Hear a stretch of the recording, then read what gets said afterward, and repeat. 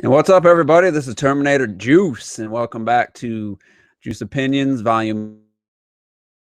Today's episode, I'm going to be discussing Amiibos, the state of Amiibos, a quick DVD versus Blu-ray discussion based off of a conversation from last week's Juice Opinions. Going to be discussing how I've been saying Zelda's not going to be a launch title for the NS since June, I believe. And then we're going to finish up with discussing how after the Switch reveal, the rumors seem to be on overload now, even more so than before. So yeah, let's start with the Amiibos.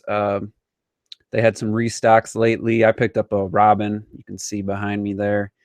And right there. Didn't plan on buying it, but I had Ike, Lucina, and Marth. So I wanted to complete the set of, launch day Fire Emblem characters. I don't really care about Roy. I downloaded him, but I don't care about his Amiibo and Corns, whatever. But anyway, the thing that it's one of those situations where, back when Amiibos were launching with minimal stock, people waiting in lines, you could, if you snagged one of the quote unquote rare ones, you felt really good about it, you could sell it. Or if you kept it, like I got Charizard, it was the last one left of, I think Mega Man and Sonic, and they actually replenished Mega Man and Sonic pretty quickly, whereas Charizard, I don't know, maybe it was 3-4 months later they finally restocked it. But the point is, like, the excitement's gone, the craze is over. And what does that mean for Amiibos now? And it's kind of a question that if I was Nintendo, I'd be a little concerned, even though they probably still sell well. Without that excitement, that stock shortages and all that, I just don't think it's going to be like this big seller for them anymore. And it just kind of has me wondering, is it even worth making them in the future? Obviously the Legend of Zelda Breath of the Wild ones are coming. I'm not excited for those at all. There's actually a Figma figurine for that Link, I believe, that's way more exciting to me. But yeah, has anybody picked up Amiibos lately? Do you still care? Yeah, that Robin that I bought, it's probably, I have the biggest buyer's remorse for an Amiibo since Charizard, I think. Just because it's like, yeah, it's cool to have, but there is that aura's gone, that, I have something that not a lot of people have, that people want, that we had before.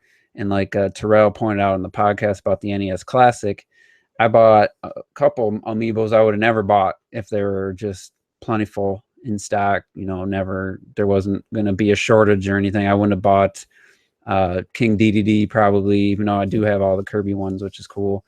I wouldn't have bought Charizard. I wouldn't have bought Sonic. And trying to think of the other one, that Toad one I bought, you can see there. I wouldn't have bought that either if it wasn't for the Amiibo craze and the shortages and stuff. So the NES Classic could have the same effect for some people, where because they know it's hard to find, they might not have been thinking of buying one, but if they see one, they'll pick it up. But on the flip side, I think the NES Classic has a bigger reverse or opposite effect, where you're going to piss off enough people that are just say, you know what, I was thinking about getting it, but now I'm just not going to mess with it. It's kind of where I'm at. But as far as Amiibos moving forward, I mean, once the Smash line's done, Breath of the Wild ones, you got some Animal Crossing ones. They just released some new Nintendo ones, like King Boo and Waluigi and stuff. Yeah, it was met with some excitement, but Callie and Marie was in stores for a long time. I finally don't see them in the stores anymore. And the usage, because the Wii U is officially done, we don't know how the Switch is going to use them. And there was always that debate about locking stuff behind Amiibos. It's almost like paid DLC. Cool enough for me where I didn't care. I kept a lot of them in the boxes. But moving forward, I just don't see Nintendo having that as like a huge source of income. They could still be popular and they could still sell decently, but without any game that just like a Skylanders or something, which I don't necessarily agree with that business model. But without some game that just justifies amiibos on the Switch, I really just see them fading away, and by maybe even this time next year, not even being a thing anymore. So it's just interesting, and I wish I would have sold off a couple of the ones I have back when it was, the craze, and I could have made a little money. And just now, what the hell am I going to do with them in a couple years? Put them in a box somewhere and store them. Like, I really don't know. I'm having some regret about buying the amiibos, or a lot of the amiibos, and I just really don't know what to do with them once they're done. And I think it's going to be sooner than later. All right, so the next thing I want to talk about is DVD versus Blu-ray. Last week I was talking about how Walmart is only stocking DVDs pretty much, and I forget who said, somebody in the live chat said that Blu-ray makes no difference for animation, for anime, and this and that. And I was just like, yeah, I was dumbfounded. I thought, no way, because it's just fact that animation looks amazing in HD. But I didn't point out one thing. I kind of did. I kind of mentioned it real quick. But the biggest problem, and Dr. Feelgood kind of was feeling the same way as, and I forget who the person was. There's a thing that it's not just a standard, okay, anime on Blu-ray, there's no benefit. It all depends on the studio and how much money they put into transfer, the remaster, whatever the process that they choose to put a movie or a show on a Blu-ray. So, and this works for live action and animation. It basically depends on, like I said, what the effort that's put in, the money that's spent. So look at go back in history when Blu-rays first came out, and Google this. The Fifth Element original Blu-ray release was met with mass criticism. They took the DVD file, basically, whatever, DVDs were hold up to like 14 gigs, I think. They took whatever the file was for the DVD version of The Fifth Element, and they just slapped it on the Blu-ray disc, which basically resulted in a cheap upconvert. Just like it would have been the same as just having an upconverting DVD player. For people that remember those, the first DVD players with HDMI, and they upconverted to 1080 with not a very good video upscaling. It was just pretty simplistic, and the results were nothing to brag about. Like, there was almost no benefit, especially for bad looking DVDs. It didn't make them look any better. So that was a big I wouldn't say a huge outcry, but people who bought the Fifth Element on Blu-ray complained to the point that Sony actually had to go in, take the original master, and re-scan it up, whatever, render it in full 1080, and re-release. And they actually had refunds, or they had a replacement. What do you call it? I don't know, somewhere you could send in the original one and get the new one, and it was just much better results. And that's the same thing for anime, either TV, like a show of series, anime series, or feature film. And I brought up Beauty and the Beast and Princess Mononoke as reasons why Blu-ray is amazing for animation. But that's Disney. Disney takes a lot of care. They take back when they did it for DVD, they scanned each frame of animation from the original film in like 4 or 8K resolution. I forget what it was. And then they cleaned it up, and they had, improved the coloring, because HD has, way broader color range. And the results were amazing. Just like I said, Beauty and the Beast is a great example. Lion King, which looked good already on DVD. Princess Mononoke looks amazing on Blu-ray. And the difference is huge. It was definitely worth the upgrade. Now, where the person in the comments last week and Dr. Feelgood are saying, anime shows and this and that they couldn't tell any difference. The one guy said DVD even looks better. That's a case of just like the Fifth Element. They put no effort into it. They took the DVD, basically the DVD transfer, and just put it on a Blu-ray disc, and you get the benefit of the menu, pop-up menu, whatever the minor Blu-ray benefit there. and you're not going to see any visual benefit. Ghost in the Shell is kind of an in between the feature film, not the 2.0, but just the 25th anniversary. There's definitely an improvement in clarity. The some of the mid to far away objects were kind of blurry on the DVD. They're way sharper, and even the close up characters don't have that blurriness to them. But it wasn't a full remaster. There's dirt, there's scratches from the original film, and it's like so that one was kind of a mid tier. It still looks better, but it's not major, and like it's just the process. It's how much money they want to put in. So yeah, on one hand, you might be right. If you bought some anime shows or movies on Blu-ray and you saw no difference, that's completely possible. They probably put no effort into it. But if it's a Disney, or I don't know, another example other than Disney, they just put so much care and effort into it that the results are just stunning. And that's why I was shocked when someone said animation has no benefit or doesn't look any better on Blu-ray. Well, when it's done right, it looks amazing. Same for live action. And it's all about what the original source, how they render it, what resolution, and then it's also about the file size, the compression. Like Blu-rays hold 50 gigs, but some you want to cheap out and the whole movie could only take up 10 gigs with the audio and everything. You're not getting the best of Blu-ray. So if you took that, let's say it's a native 1080p, they scan rendered it at 1080p, and it takes up 45 gigs and it has a super high bit rate and all that kind of stuff, that will affect the quality that you see on your TV. And then also on the other end, you have to have a decent TV with good colors and a good HD picture to see the benefit there too. But if everything's good, like I said, Princess Mononoke looks amazing on Blu-ray. I could still watch the DVD if I had to, but the Blu-ray looks fantastic, and at times it looks like a modern movie, where I think that was done in like 96, 97. And they restored it. Looks amazing. And just today's animation, like Legend of Korra might not have been the best show story wise, but some of the best like HD visuals I've ever seen. Action or not, compare that to The Last Airbender, which was just an amazing show. It was my favorite show of all time. Same artist, and it was only like 3 years apart from the last season of The Last Airbender to Legend of Korra. Same artist, but going from standard def to HD was just boom. It's just amazing. That's worth watching that show just for how awesome the animation looks in 1080p on Blu-ray. It's still decent.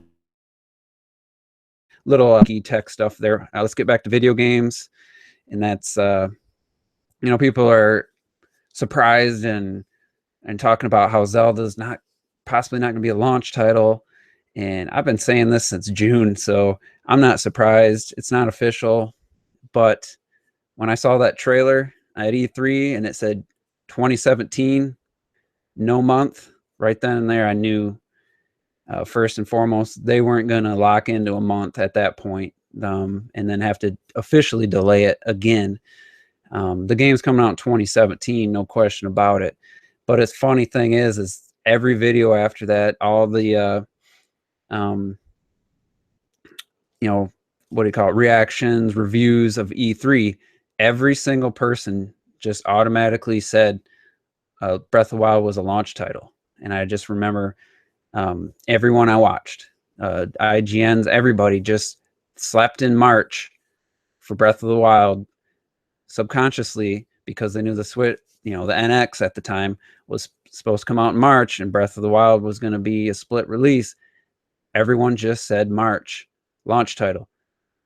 It's just from that point on, it's just been in people's minds. I've been saying there's no way, not no way, but there's a high chance it's not, because if they were that confident and it was close enough, they would have said March. So then we saw the Switch reveal. I see a Mario game. 3D World came out 3 years ago, and they'll still have another 3-4 months. So I said right then and there I was going to wait to reveal this to our prediction podcast, where we talk about the predictions before January 12th event. But I've been saying to Rob, Rule 2, Ms. T, those Terrell, Robert, those guys, even Active Gamer Life, that Mario was going to be a launch title. Zelda was not. They called me crazy. They said there's no way. That's, Nintendo can't do that. And that's just factually, not factually, but if you look at it, how long does it take to make a 3D Mario game? They did a sequel in 2 years, but it's, they did the 3D Land after Galaxy 2, and then a few years later did 3D World. So 3.5 years or 3.25 years to me is perfect amount of time for the next Mario game. And you don't release a 3D Mario game and a Zelda game at launch. That's just too much of a good thing, So so I feel that those reports or whatever, even though there's technically just a rumor, which we're going to talk about rumors last, but to me it makes sense that Mario's a launch title and Zelda's going to be done when it's done. They're not going to rush it. I don't think it needs to be there at launch. I think they'll have enough games. And I mean, how awesome would Zelda be in May when you buy your new Switch? In March, play Mario, you play whatever the other launch games, and a few months later you get Breath of the Wild. I would hope that it's not going to be pushed into like September, October, November 2017. That would suck. I mean, I'm not going to lie. I'm not excited. I wish it was a launch title. I mean, don't get me wrong, but I just been thinking and saying in private that I didn't think it was going to be a launch title, and I just think it's kind of funny that everyone just assumed that it was March. I kept seeing people, it's coming out in March, and all these reactions in March. Like, it never said March. It said 2017, and if we're lucky, it'll be May or April or May, June. I guess I don't know if we'd still be considered lucky, but yeah, if it's coming out in May or June, consider yourself lucky that it's not coming out in November 2017. But I mean, yeah, like I said, it is a bummer. I'm not gonna sit here. I'm not excited about it. I pretty much been feeling that since E3. As soon as I saw just the 2017, I kind of felt this wasn't going to be a launch title. So let's talk about the last topic here, and that's the just overabundance of Switch rumors coming out now, and it's almost to the point where it's worse than before. And the funny thing to me is because Eurogamer called what the Switch was back in July, now everything they say, I mean, all these rumors are all of a sudden instantly pretty much fact to people. And what I want to ask you about, what about all the wrong rumors? What about the controller that was shaped like Hey Arnold? What about all the patents? We didn't see any of these patents come to fruition on the Switch. A few of them, but all the patents. AMD was involved for a while in rumors. PS4 Pro power was rumored multiple times. State-of-the-art chipset, and I mean, there were so many others, but all those ones were wrong. Remember, Zelda was supposed to have a female character. Emily Rogers predicted that, and I can't remember them all, but there were so many wrong ones. And now all of a sudden, because Eurogamer got the main one right, it legitimized almost every rumor now. Now every rumor is taken so much more to heart by people, and I'm still looking at them the same way I was before. Like, yeah, right. Like, the price and everything, that was a little bit different. That's kind of a retailer leak, if you will. That has a little more plausibility, but I still ain't putting my money on 250. But it's just people are believing it so much more, and it's almost dangerous now that they believe. Most people believe that 250 price. If the system's 300, 350, then that's gonna it's gonna take people take their excitement away, and it's just another building up your own hype. Some people that were upset when the Switch was shown, and they were upset that it wasn't what PS4 power wasn't this traditional console, and it took some people a couple days to a couple weeks to get over it and accept that the Switch is what it is, and people are getting more excited about it. Same thing's happening now. We're getting all this freaking rumors, and it's just people are believing it more and more because of you got something right, Eurogamer. Congratulations. Now you're saying Pokemon is coming to the Switch, and makes sense. It's not really much of a gamble, but if it doesn't happen, will people remember, and will that count against them? Some other guy from Eurogamer or somebody, he listed like 7-8 games that are coming, and they're all obvious ones: a Splatoon, a Mario Kart, Zelda, 3D Mario. It's like, no shit, we already know that those games are so likely that it's like, it's not, you're not really reaching there. You know, you're not putting yourself on a limb. That one, for that one, it's like, it's obvious. Didn't say Splatoon 2, didn't say Splatoon what do you call it, enhanced. It just said Splatoon. Now if it's just Splatoon 1 with no enhancements, then what the hell do we see in the reveal trailer? So it's just funny to me, and it's kind of scary at the same time that people are believing this so much, and could lead to even more disappointment. But it does beg to the question, is it smart for Nintendo to wait till January? If some of these are genuine leaks, then we could know a lot of what they're going to show by time January 12th hits. I wouldn't blame them for not wanting to do it right as Pokemon came out. But what's wrong with December? Your holiday sales aren't going to be affected. Just don't show the Pokemon game for Switch until next year, if that's real. Show us all the other stuff, get us excited. So the longer they wait, the more potential leaks could happen and stuff like that. More rumors we're going to have to take in. It's like, I thought we were done with this. I got to commend though I should look up the site. Those guys, they sound like they're from Europe. They did the 3D printer, or they used a 3D printer to make a Nintendo Switch replica, and they did a fantastic job. Other than the ABXY labeling looked really stupid, they did a fantastic job. And I know, like, real quick, trying to fool people, but for the most part, it just showcases, they're basically showcasing their talent. They're not out to fool people.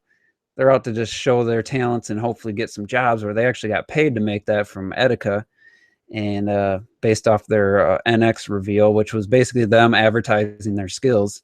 Rob from Rule of Two got all pissed about that one, but the Switch one, it was a paid job. They did it, and whoever the person that bought it, whatever way that they were going to use it, was up to him, not the company that made it. And I'm so impressed by the technology out these days, and the talent.